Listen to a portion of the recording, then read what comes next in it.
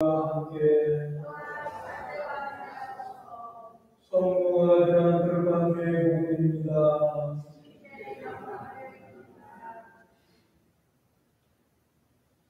예수께서 하늘에서 오실 날이 가까워지자 예루살렘에 가시고 마음을 상하시고 신부는 그들을 앞서 보내십니다.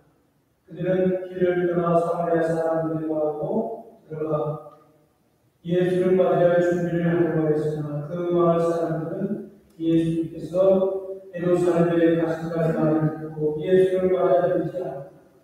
이것을 본 제자야고보와 요한의 주님, 저희가 하늘에서 불어내리게 하여 그들을 불살라할까요? 하고 물었으나 예수께서는 돌아서서 그들을 부시고 나사렛과 함께 다른 마을로 갔습니다. 예수의 길을 가고 있을 때 어떤 사람이 예수께서는 선생님께서 가시는 곳에 어디든지 따라가겠습니다 하고 말합니다. 그러나 예수께서는 여우도 보이고 하늘의 새도 보금자리가 있지만 사람의 아들은 머리를 걷고 쫓아오다 하고 말씀하셨다. 다른 사람들에게 나를 따라오더라 하고 말씀하셨다. 그는 선생님, 먼저 집에 가서 아버지를 장례를 치게 해주시오 하고 청하였다. 예수께서 죽은 자들의 장례를 죽은 자들에게 맡기고 너는 가서 하나님 나라에 소식을 전하라고 하셨다. 또 한 사람은 선생님, 너는 선생님을 따르겠습니다. 그러나 먼저 집에 가서 식구들과 작별 인사를 나누게 해주시라고 말했다. 예수께서는 생기를 주고 뒤를 돌아 자꾸 돌아오는 사람은 하나님 나라에 들어갈 사람이 없다고 말씀하셨다. 이는 주의 복음입니다. 성부와 성자와 성령의 이름으로.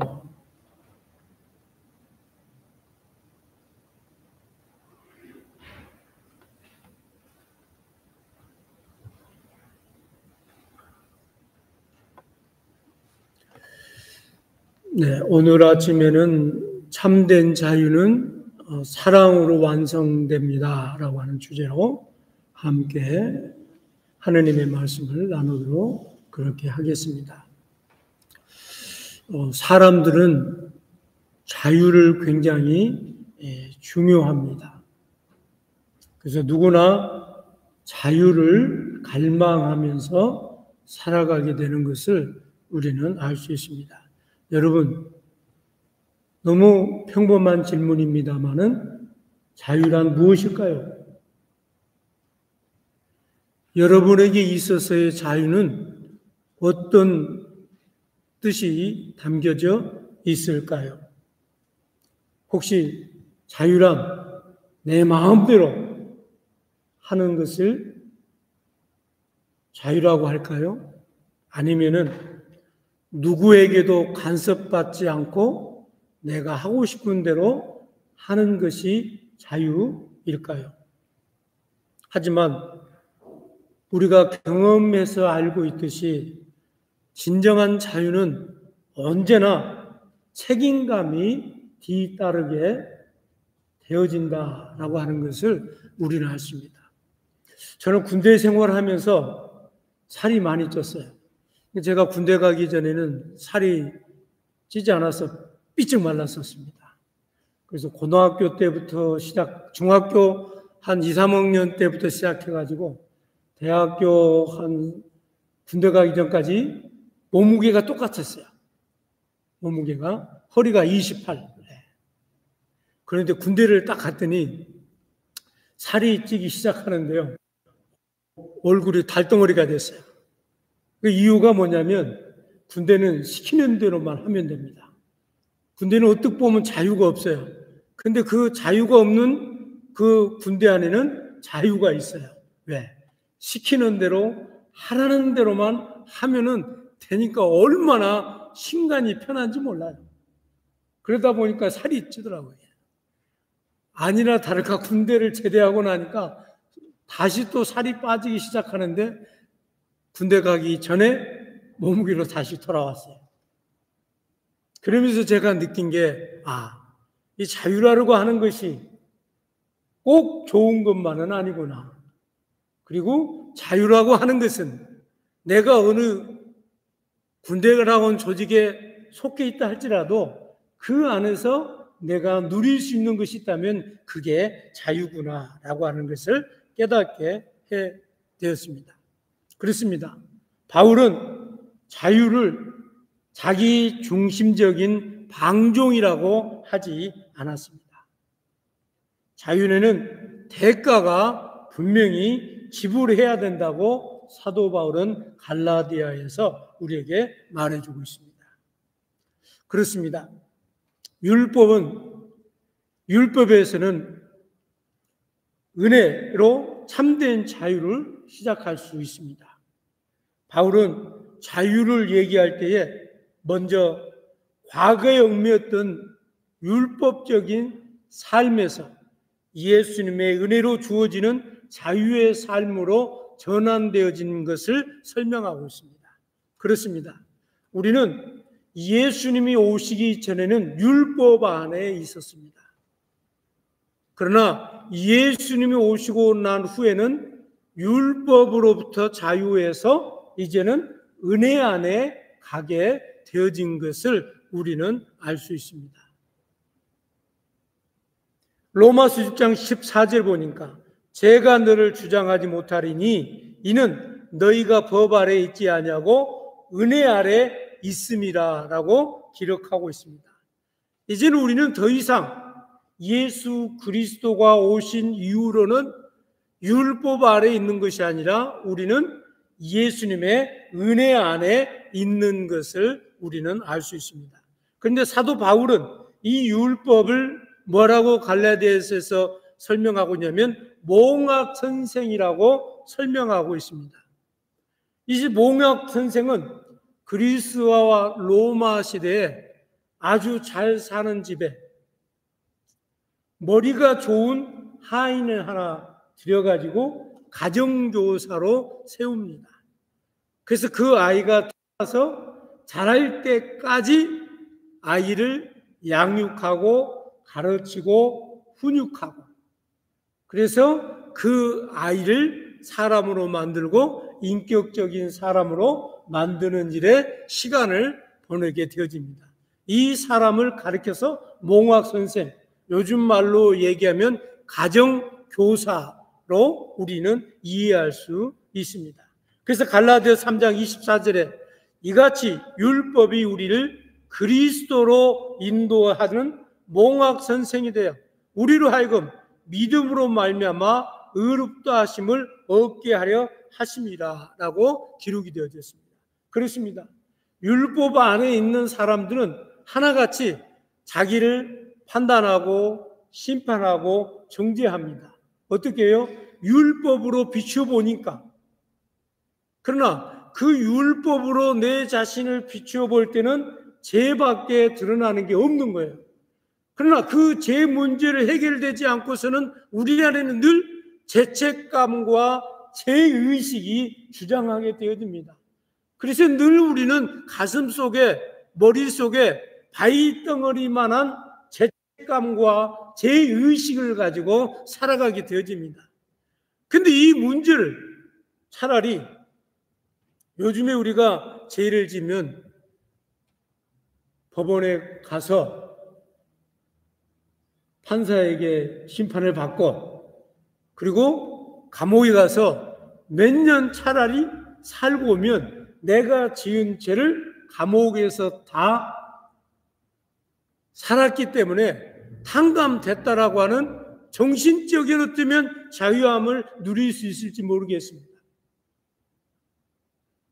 그러나 여기서 얘기하는 율법은 우리를 정죄하고 죄 가운데 죄책감과 양심의 가책을 가지고 살아가게 된다는 거예요. 근데 예수님이 오시기 전에는 그 누구도 우리의 양심의 문제, 양심의 가책의 문제, 우리의 죄책감 문제, 죄의식의 문제를 해결할 수 있는 능력이 없었습니다. 그래서 바리새인들은 늘 그들의 삶 가운데 죄를 지적만 하는 거예요. 그래서 예수님께서 바리새인들을 책망하게 되어진 것을 볼 수 있습니다. 그렇습니다. 그러나 우리가 이제는 율법 아래 있던 우리가 그 율법은 마치 몽학 선생과 같이 우리를 잘 양육하고 생각하게 하고 우리가 그릇된 길로 가는 것을 가지 못하도록 하는 잣대가 된다면, 이제는 그 잣대로 인해서 드러난 죄성을 해결할 수 있는 가장 유일한 방법은 은혜밖에 없는 거예요. 그래서 예수 그리스도를 통해서 우리가 율법에서 이제는 은혜로, 그래서 죄책감에서 이제는 우리의 마음이 모든 문제가 제 문제가 해결되어짐으로 자유함을 누리는 그런 신분으로 우리가 바뀌게 되어진 것을 볼 수 있습니다. 그래서 율법은 외적인 규율과 제약을 통해서 죄를 깨닫게 하지만, 그리스도의 은혜는 우리를 의롭게 하고 내적인 변화를 일으키게 한다라고 하는 것을 우리는 알 수 있습니다. 그래서 율법은 우리를 어린아이 상태에 머물게 하지만, 은혜는 믿음으로 말미암아 성숙한 크리스찬이 되도록 성장하게 해주는 일을 한다라고 하는 것을 우리는 알 수 있습니다. 그래서 결국 율법은 그리스도 안에서 교육자로 역할을 하게 다하고, 이제는 우리 하느님의 아들인 예수 그리스도 안에서 우리는 그리스도 안에서의 은혜로 자유를 누리게 되어진다라고 하는 겁니다. 그래서 여러분, 진정한 자유는 어떤 자유입니까?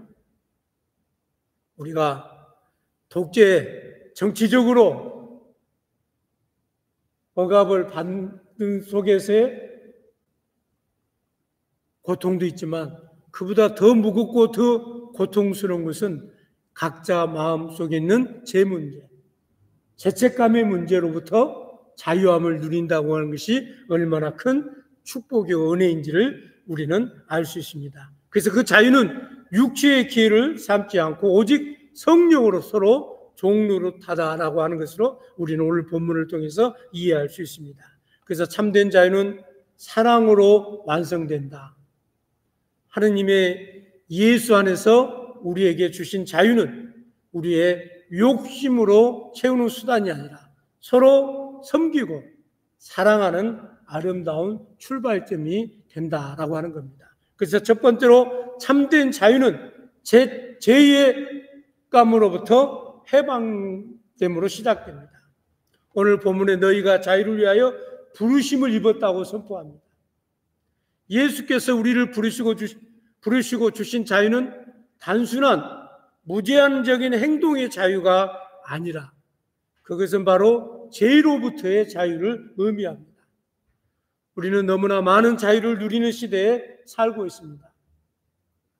우리는 무엇을 먹고 입고 사고 보고 하는 것들을 우리는 자유롭게 선택할 수 있습니다. 하지만 아이러니하게도 많은 사람들 마음속에는 여전히 마음의 불편함과 마음의 무거운 것들이 있는 것을 우리는 알 수 있습니다.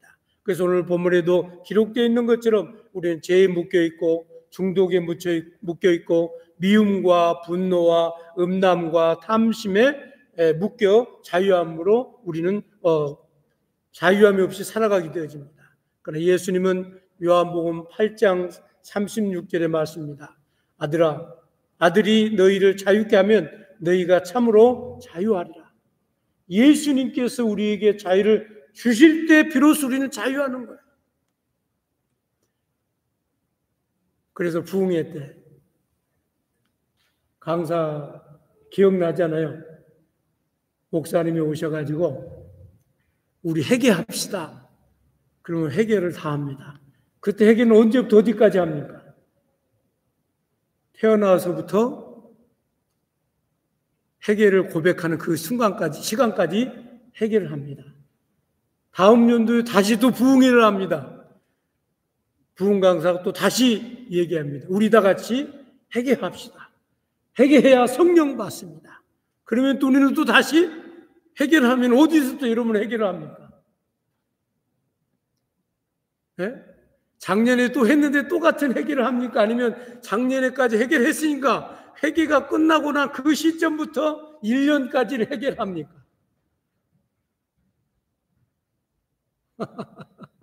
헷갈려요. 그렇습니다.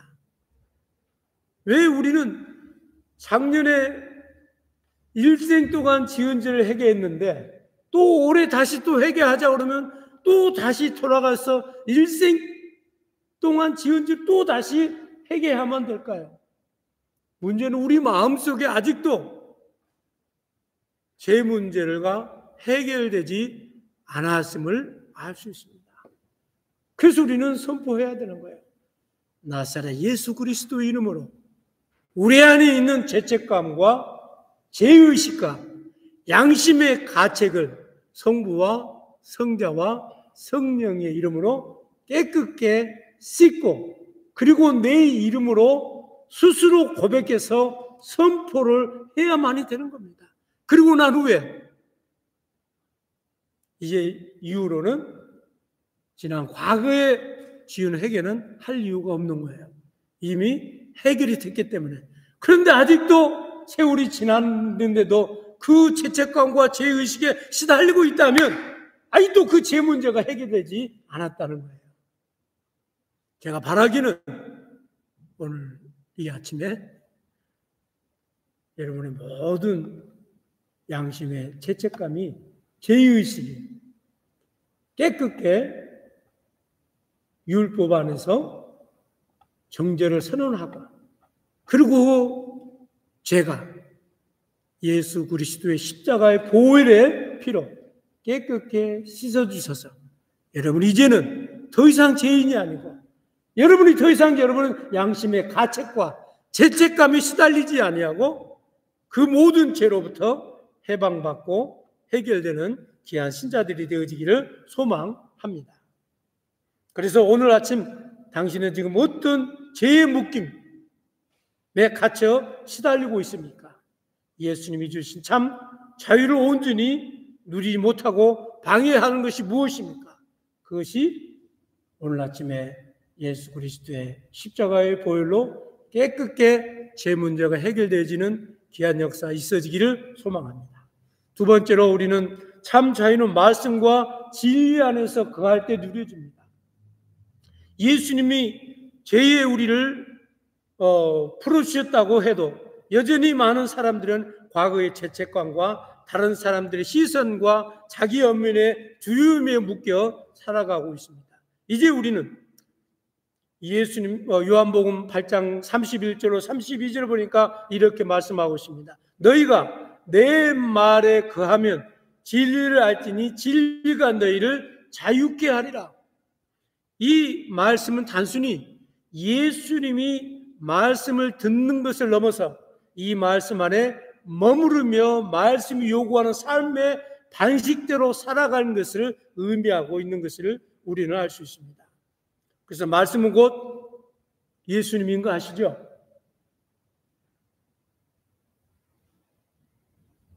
알아요? 몰라요? 말씀은 예수님이시에요. 그 요한복음 1장에 그래서 예수님께서 태초에 말씀이 계시니라. 그 말씀이 곧 예수님입니다. 그리고 진리는 또 누구예요? 진리는 예수님입니다. 왜 진리가 예수님입니까? 여러분,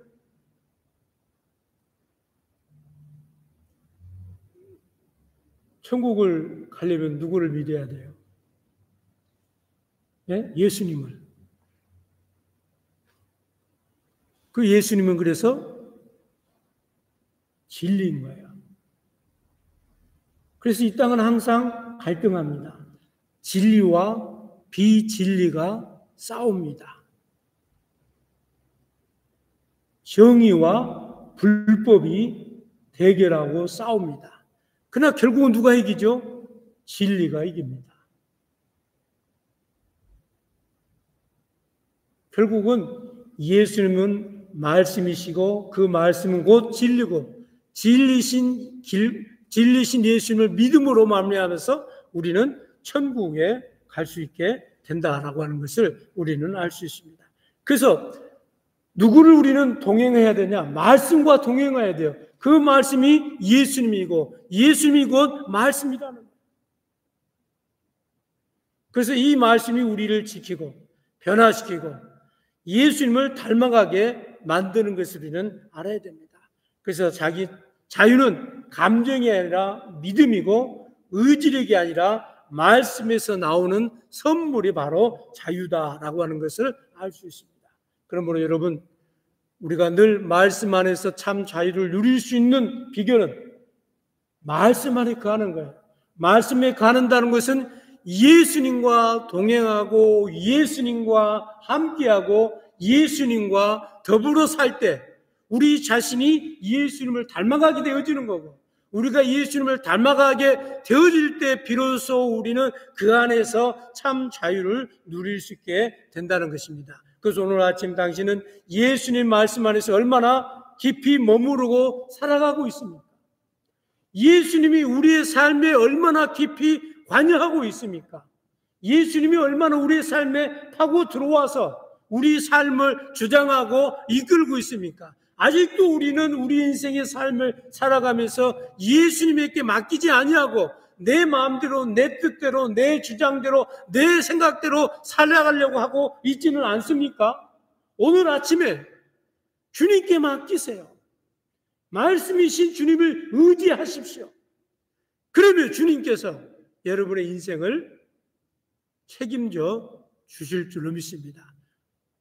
그래서 예수님 우리와 함께 할 때 비로소 우리는 뭘 누릴 수 있느냐? 천국을 누릴 수 있다라고 하는 것입니다. 그래서 오늘 말씀이 당신의 생각과 삶을 어떻게 변화시키고 있는가?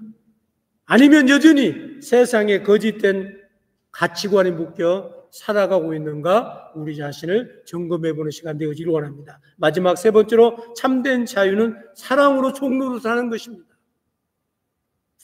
그래서 오늘 본문 갈라디아서 5장 13절에 다시 한번 강조합니다. 오직 사랑으로 서로 종노릇하라. 시간이 많이 갔습니다. 그렇습니다. 여러분,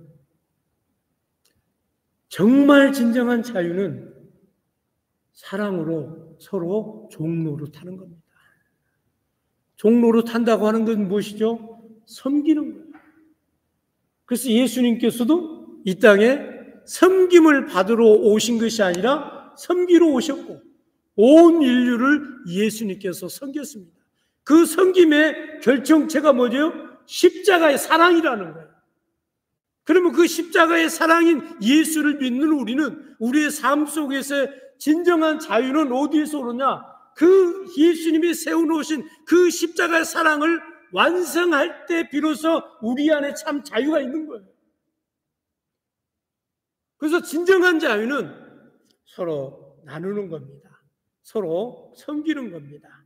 그래서 서로 자발적으로 섬기고 자발적으로 높여주는 겁니다. 그래서 마태복음 20장 28절에 인자가 온 것은 섬김을 받으려 함이 아니라 섬기려 하고 라고 되어져 있습니다. 사랑은 억압이 아니라 자발성입니다. 섬김은 수치가 아니라 영광입니다. 우리가 그리스도 안에서 누군가를 사랑으로 섬길 때 비로소 성숙한 그리스도인이 될 수 있습니다. 오늘 아침에 예수님께서 주신 참 자유는 남을 사랑하고 남을 섬기는 것을 우리는 알 수 있습니다. 말씀의 결론을 맺습니다. 그러므로 사랑하는 교회 여러분, 진정한 자유는 죄로부터 해방받는 겁니다. 진정한 그 자유를 누리는 비결은 말씀 안에 거하는 겁니다. 그리고 진정한 자유는 사랑으로 완성되는데 내 이웃을 섬기고 내 이웃을 돌아보고 내 이웃과 더불어 사는 세상입니다.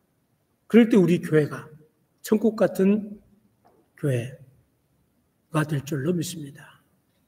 성부와 성자와 성령의 이름으로